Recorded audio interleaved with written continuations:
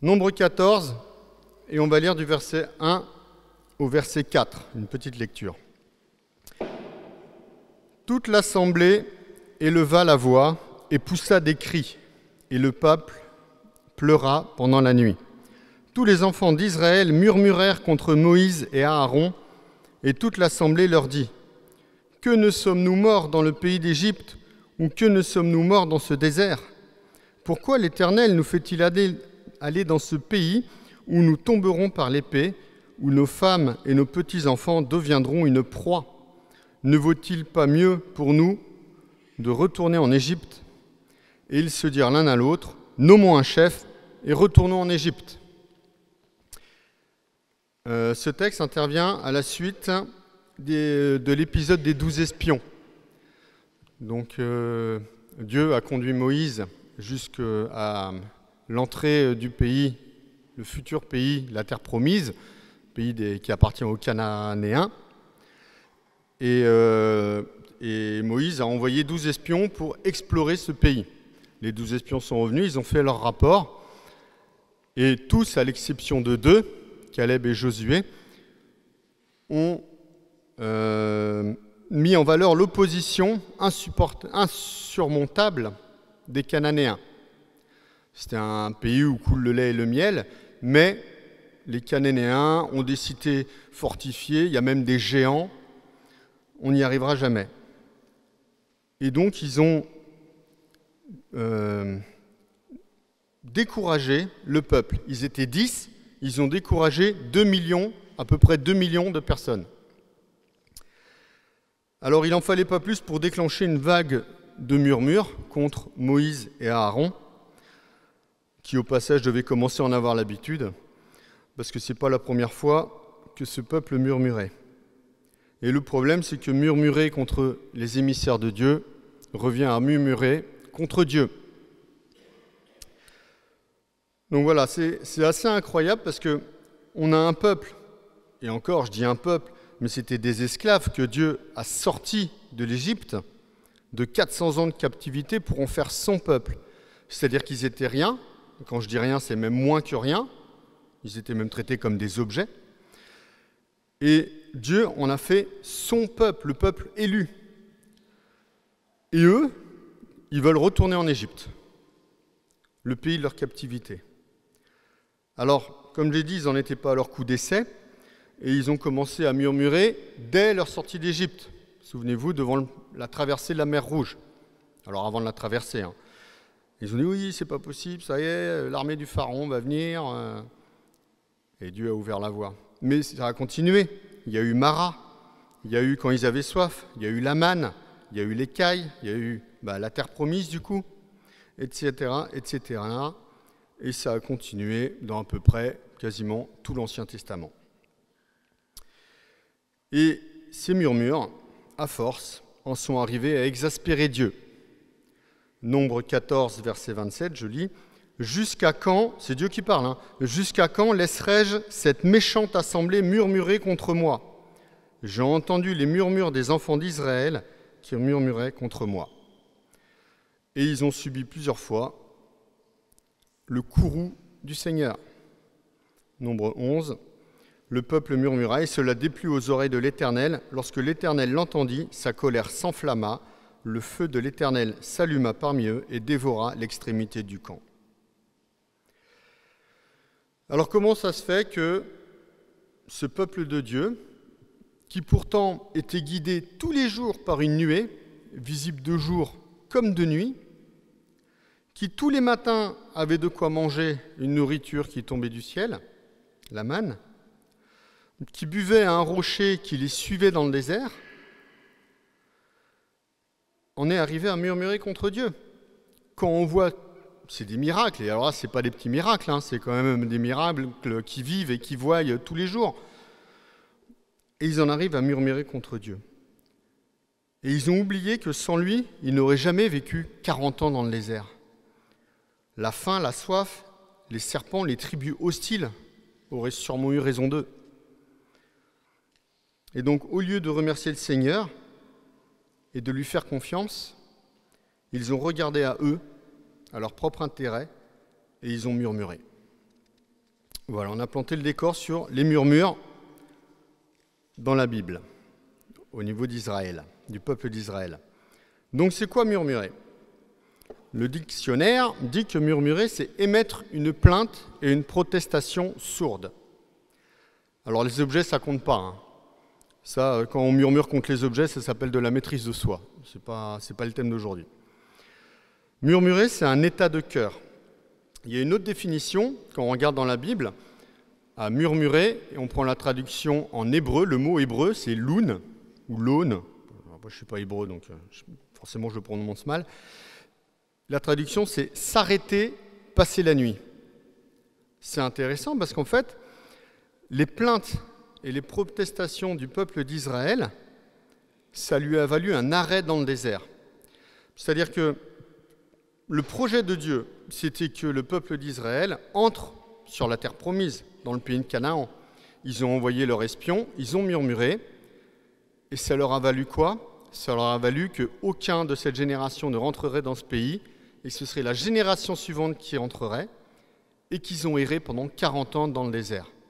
Donc ils se sont arrêtés 40 ans au désert. Je pense clairement que s'ils avaient fait confiance à Dieu, au bout de alors ça c'est les spécialistes, c'est pas moi qui dis, hein, ça fait à peu près 2 semaines, au bout de 2 semaines, ils seraient déjà rentrés dans le pays promis. Et là, ils ont passé 40 ans dans le désert. Donc attention au murmure. Si la Bible insiste sur ce sujet, c'est qu'il y a une raison. Ne nous croyons pas supérieurs au peuple d'Israël qui murmure dans le désert. Je pense que ça nous arrive aussi de faire pareil. Même les apôtres ont murmuré. Si vous ne me croyez pas, je vous invite à aller lire dans Jean 6 au verset 61. Alors, qui n'a jamais protesté contre son pasteur? Qui n'a jamais murmuré contre un frère? Qui ne s'est jamais plaint de son prochain? Petite note d'humour, mes sœurs, n'avez-vous jamais murmuré contre votre mari? Et malheureusement, je ne fais pas exception. Je suis un des premiers à murmurer aussi. Donc ce message s'adresse aussi à moi. Comme Israël, Dieu nous protège et nous guide. Alors pas dans les déserts, mais dans la vie d'aujourd'hui, qui est pas loin d'être un désert. Et nous, on se plaint parce qu'un tel nous a mal parlé, ou telle décision a été prise dans l'Église, et que ça ne nous va pas. Je ne dis pas que nos plaintes ne sont pas fondées. Il y a des plaintes et des critiques, on peut les comprendre. La vie, elle n'est pas tendre avec nous. Hein, il y a les guerres, il y a des décès, les maladies, l'inflation, la peur du lendemain. La vie, elle nous use et elle nous fatigue, c'est vrai. Juste une petite parenthèse, Dieu a dit « ne vous inquiétez pas du lendemain ». Alors c'est vrai que c'est facile à dire, mais il l'a dit quand même, pour nous. Autre chose, si on forme tous une église sainte et unie, on n'oublie pas qu'on vient tous d'une culture différente, d'un pays différent, d'un niveau social différent, et que ça peut créer des tensions, que ça peut créer des fois des jalousies, il peut y avoir des divergences. Mais ça devrait être une force pour l'Église. Et des fois, ça devient un obstacle. Il peut y avoir aussi un excès de zèle pour le Seigneur. Alors le zèle pour le Seigneur, c'est très bien. L'excès de zèle, ça l'est beaucoup moins. Mais parce qu'on a envie de bien faire les choses, on veut faire bien pour le Seigneur. Et des fois, on manque de sagesse et on en fait trop, au risque de décourager l'autre, au risque de perdre tout discernement. Et enfin, il y a un autre type de murmure qui est contre nous-mêmes, parce qu'on se déçoit. On se déçoit nous-mêmes. On tombe dans le péché qui nous rattrape, alors qu'on veut s'en sortir. Voilà, ça c'est des plaintes qui sont fondées, mais qui ne devraient pas devenir des murmures. Parce qu'en fait, on en arrive non pas à crier vers le Seigneur, comme Israël l'a fait. Quand Israël était en captivité, ils ont crié à Dieu. Et Dieu les a entendus et a répondu. Il a envoyé Moïse pour les sortir de là. Mais on en arrive à crier contre son frère, contre l'Église ou contre nous-mêmes. Matthieu 25, « Toutes les fois que vous avez fait ces choses à l'un de ces plus petits de mes frères, c'est à moi que vous les avez faites. » C'est-à-dire que quand on commence à critiquer son frère, l'Église, ou même nous-mêmes, c'est Dieu qu'on critique. Ce n'est pas « ça ne va pas, Seigneur, aide-moi », mais « ça ne va pas et personne n'est là »,« ça ne va pas, c'est la faute d'eux », ou alors « ça tombe toujours sur moi », ou « pourquoi c'est pas comme ça », etc., etc. Et je veux dire, tout ça c'est fondé, ça peut être fondé, mais ce n'est pas ce que Dieu veut. 1 Corinthiens 10, verset 10, Dieu nous dit « Ne murmurez point comme murmurèrent quelques-uns d'entre eux qui périrent par l'exterminateur. » Pourquoi il ne faut pas murmurer ? Parce que murmurer, ça a des conséquences. Alors sans aller jusqu'à l'extermination, nos murmures, aussi fondés soient-ils, ont des conséquences. Et la suite du passage que nous avons lu, elle les montre. Ils ont voulu se nommer un chef pour retourner en Égypte, mais ils sont allés jusqu'à vouloir lapider Moïse et Aaron. Et il a fallu que Dieu lui-même intervienne pour qu'ils ne le fassent pas. Ça allait loin. Donc pour reprendre les sujets qui pourraient nous faire murmurer, face à la vie, donc on parlait des guerres, de la crainte du lendemain, etc. Les murmures peuvent nous conduire à la désobéissance. Ils peuvent nous conduire au découragement dans notre vie de chrétien, ou à une perte de confiance et donc de foi, face à cette vie qui use. Face à l'Église, nos murmures peuvent nous conduire à la division, et donc ouvrir grande la porte à l'adversaire, par la jalousie, la colère ou la déception. Je vous rappelle ce verset, 1 Pierre 5, verset 8. « Soyez sobres, veillez, votre adversaire, le diable, rôde comme un lion rugissant, cherchant qui le dévorera. » Lui, il attend que ça, il cherche. Et si on lui ouvre la porte, il n'hésitera pas à rentrer. Face à notre excès de zèle, nos murmures peuvent conduire les autres à chuter, à les décourager. Et on devient par là la pierre qui fait tomber. Je lis ce verset aussi, qui est terrible. « Prenez garde toutefois que votre liberté ne devienne pas une pierre d'achoppement pour les faibles. » Pierre d'achoppement, c'est une pierre qui fait tomber. Ça, c'est dans 1 Corinthiens. En plus, il y a un truc, c'est que les murmures sont contaminants. Nos murmures, ils peuvent trouver écho avec d'autres frères et d'autres sœurs. Et un murmure peut se transformer en une vague de contestation qui ronge l'Église de l'intérieur. Je vous rappelle, les espions, ils étaient que 10, et c'est quasiment 2 millions de personnes qui se sont mis à vouloir lapider Moïse et Aaron. Donc murmurer contre soi ou les autres, ou l'Église, c'est murmurer contre Dieu. Et murmurer contre Dieu, c'est faire du surplace dans notre vie de chrétienne, voire même nous amener à la destruction. Alors, ce n'est pas Dieu qui va nous détruire par un feu céleste, comme il l'a fait pour Israël, mais c'est nous-mêmes qui nous éloignerons du Seigneur, et donc c'est la perdition qui nous attend. Donc il ne faut pas murmurer. Facile, hein ? Finalement, quand on regarde, les murmures, c'est quelque chose de très charnel. Donc, pour ne pas murmurer, il suffit d'arrêter d'être charnel. Quand je vous disais que c'était facile. Jean 3, verset 30, « Il faut qu'il croisse et que je diminue. » Quand on murmure, en fait, on regarde à l'instant T. On regarde notre situation, c'est là, c'est ça me va pas, c'est pas possible, ou tel frère m'a mal parlé, ou tel frère n'était pas là quand j'avais besoin de lui. C'est de l'instant T. Mais on ne sait pas pourquoi le frère n'a pas pu être là. On ne sait pas pourquoi ça se passe comme ça. Peut-être que le Seigneur avait prévu quelque chose. Peut-être que c'est une épreuve qu'il fallait qu'on traverse pour grandir, pour croître. Donc nous, on voit à l'instant T, avec nos yeux humains, notre pensée humaine. Et on ne regarde pas avec la pensée de Dieu, à travers le miroir de la foi, ce que Dieu veut pour nous et pour notre vie. Pourtant, on sait que Dieu, il a des projets parfaits pour nous. Mais on ne va pas regarder là, on s'arrête à l'instant T. Alors je sais que c'est facile ce que je dis, c'est compliqué, un décès c'est compliqué, la vie actuelle qu'on affronte tous les jours. Mais il faut apprendre, parce qu'on est chrétien, parce que Dieu nous l'a demandé, à regarder au-delà, à prendre du recul et regarder au-delà de cette situation actuelle. Qu'est-ce que Dieu a prévu pour nous demain ?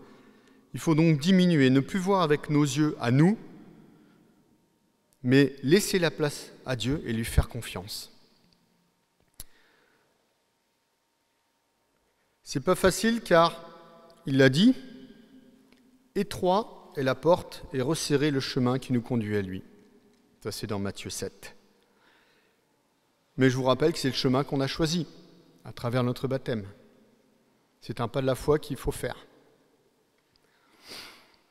Donc ne murmurons pas, crions à lui et non sur les autres et faisons-lui confiance. Je termine par une petite note positive. Dieu aussi a murmuré. Alors avant de murmurer contre moi en disant « ouais, dis n'importe quoi, c'est pas possible », si Dieu a murmuré, mais c'est pas du tout le même murmure qu'Israël a fait ou que nous on peut faire. On est dans 1 Roi 19, et c'est le passage où Élie a été appelé dans la caverne et où Dieu va lui parler. Je vous rappelle, Élie fuit Jézabel, qui a promis qu'elle le tuerait. Et là, Élie se retrouve dans le désert, et on peut dire quelque part qu'il murmure, parce qu'au lieu de crier à Dieu en disant « Seigneur, aide-moi », il dit « Seigneur, j'ai l'impression d'être tout seul, laisse-moi mourir ». Et Dieu, en fait, par l'intermédiaire d'un ange, il va lui donner à manger, il va lui dire « Tu fais 40 jours, 40 nuits dans le désert jusqu'à atteindre la montagne, et là, je te parlerai ». Et c'est l'épisode où il y a eu un tremblement de terre, il y a eu un feu, Dieu n'était pas dedans. Et à un moment, il y a eu un murmure. Dans d'autres versions, c'est un bruissement doux et léger. Et Dieu était dans ce bruissement doux et léger. Et il a parlé à Élie. Quel contraste avec le murmure d'Israël, entre ce murmure avec un bruit sourd et mauvais de contestation, et ce bruissement doux et léger d'amour. Donc Dieu s'est révélé comme ça à Élie, et c'est comme ça que nous, on devrait être. On devrait être un bruissement, un murmure doux et léger, pour pouvoir apporter le réconfort auprès des autres, pour pouvoir apporter la bonne nouvelle auprès de ceux qui ne connaissent pas encore Dieu, auprès de ceux qui sont perdus. Alors arrêtons de murmurer. Amen. Je prie. Seigneur mon Dieu, je te demande pardon pour les fois où nous avons murmuré, les fois où nous avons critiqué, nous avons été contestataires, nous avons regardé à nous, Seigneur, à l'instant T, aux choses qui ne nous allaient pas, et où on a oublié de regarder à ce que toi tu avais prévu, Seigneur. Seigneur, merci parce que tu as des plans pour nous qui sont parfaits. Tu prends soin de nous, Seigneur. Alors nous, avec nos pensées étroites, on ne les comprend pas toujours. Alors sois patient avec nous et explique-nous, Seigneur. Aide-nous à suivre ton chemin, Seigneur, à être ce murmure doux et léger que tu es, Seigneur, et à ne pas être ce flot de contestation qui détruise. Seigneur, je te prie vraiment pour mon frère, pour ma sœur, Seigneur. Je te prie vraiment d'être avec eux, pour moi-même, pour ton serviteur, Seigneur. Merci parce que tu prends soin de ton Église. Amen.